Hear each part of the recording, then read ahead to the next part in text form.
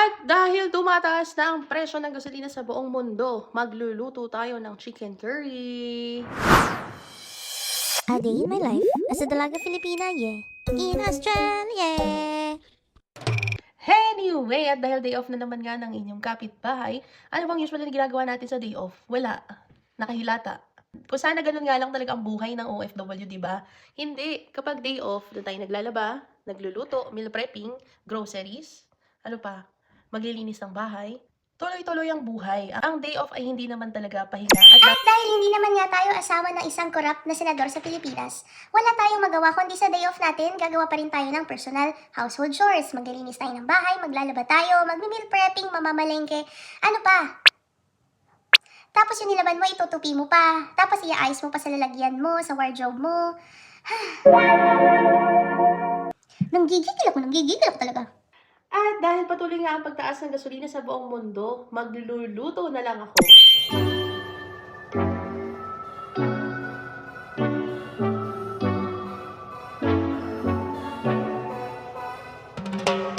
Anyway, mga kapitbahay, dahil nakatapos na nga tayo ng maghiwa-hiwa at mag-prepare ng ating mga ingredients, hindi ko na rin video kasi baka mabore lang kayo, nakakahiya naman sa inyo.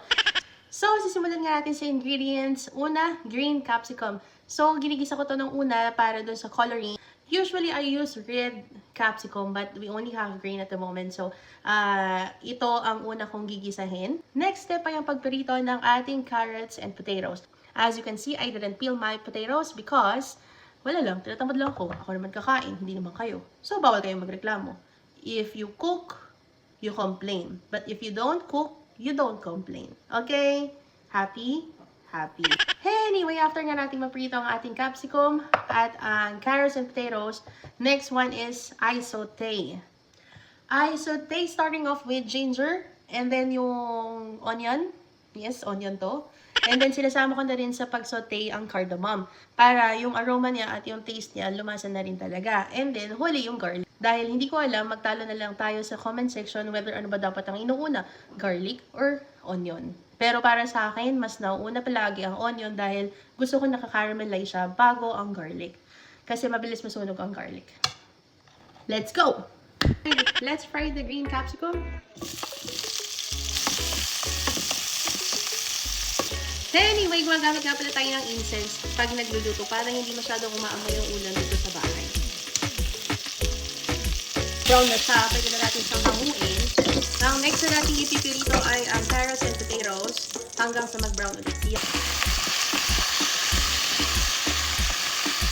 Ang gusto lang naman natin sa kanya ay medyo matusta yung itsura niya na parang itong green capsicum, no? So, ito na nga yung ina-achieve natin na browning. Huwag kayong masyadong matakot kung nag-stick. Ayan na yung tandada ko. Okay na nga ito. Pero kung gusto nyo na medyo brown pa siya, go for it! You go for it. Talagay na natin sa ito. Go to the aromatics. We start off with the ginger. Then, next is yung onion. Alam nyo na yan. Tanda na kayo.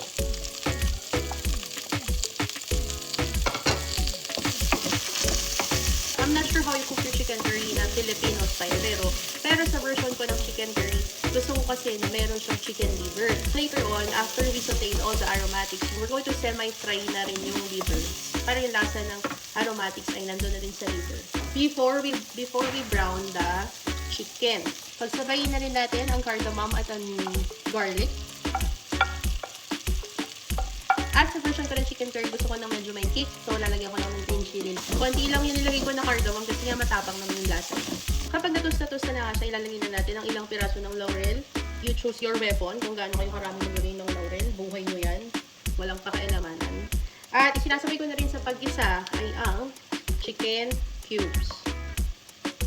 Dahil maliit lang ang chicken cubes dito sa Australia, ang nilalagay natin ay 2. Again, buhay nyo yan. Kaya nyo na yan. Matanda na kayo. Anyway, I marinated the liver for like 10-15 minutes with garlic and pepper. Yes. At dahil nag-brown na nga ang ating liver lover boy, hahanguin na natin siya. Ang susunod naman natin na i-brown ay ang chicken.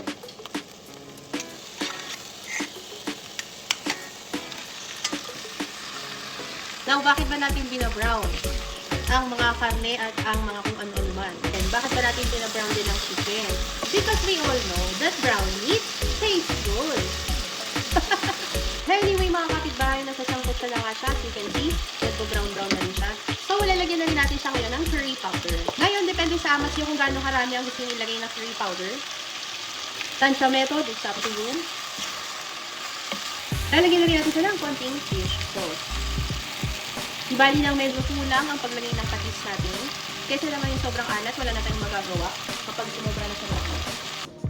Lalagyan ko na nga pala siya ng tubig para lumambot na rin siya at ilalagay na rin natin ang gata para yung gata ay manuot din sa karne. Nilagay ko na yung gata para habang bumukulo at pinapalambutan yung karne, nanonood na rin yung lasa ng gata. So, medium to low fire lang para hindi masunog. Hindi bala kayo, mats nyo yan. Gusto nyo kumain ng sunog, pwede kumain kayo sunog, buhay nyo yan. Anyway, mga kapitbahay, hintayin na nga lang ito na mag-reduce bago natin ilagay yung mga gulay. Pag medyo konti na lang yung sabaw niya, pwede na natin isama yung gulay para sabay na silang lalambot. And then, yun na yun. Luto na. Anyway, mga kapitbahay, at dahil na-reduce na nga itong chicken curry natin, ilalagay na rin natin yung mga gulay para kasabay na rin siyang lumalambot.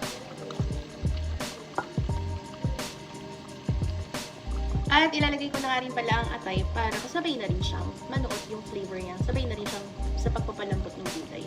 Ito, semi-luto na rin kasi ito. So, konting luto na lang ang kailangan niya para hindi rin siya malusak. Sabi ko sa inyo, ang amat ko sa chicken curry ay may atay. So, bahala kayo sa buhay niyo kung gusto nyo lagyan or not. Buhay nyo yan eh.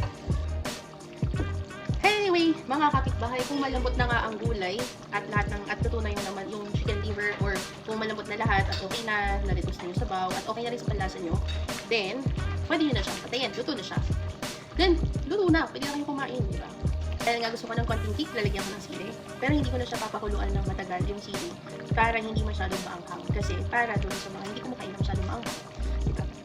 Maraming salamat mga kapitbahay sa pagsubaybay at pagsama ninyo sa cooking in na version ko na ganito. At sa susunod na lakbayan ng kapitbahay niyong Hi Vladin. Bye!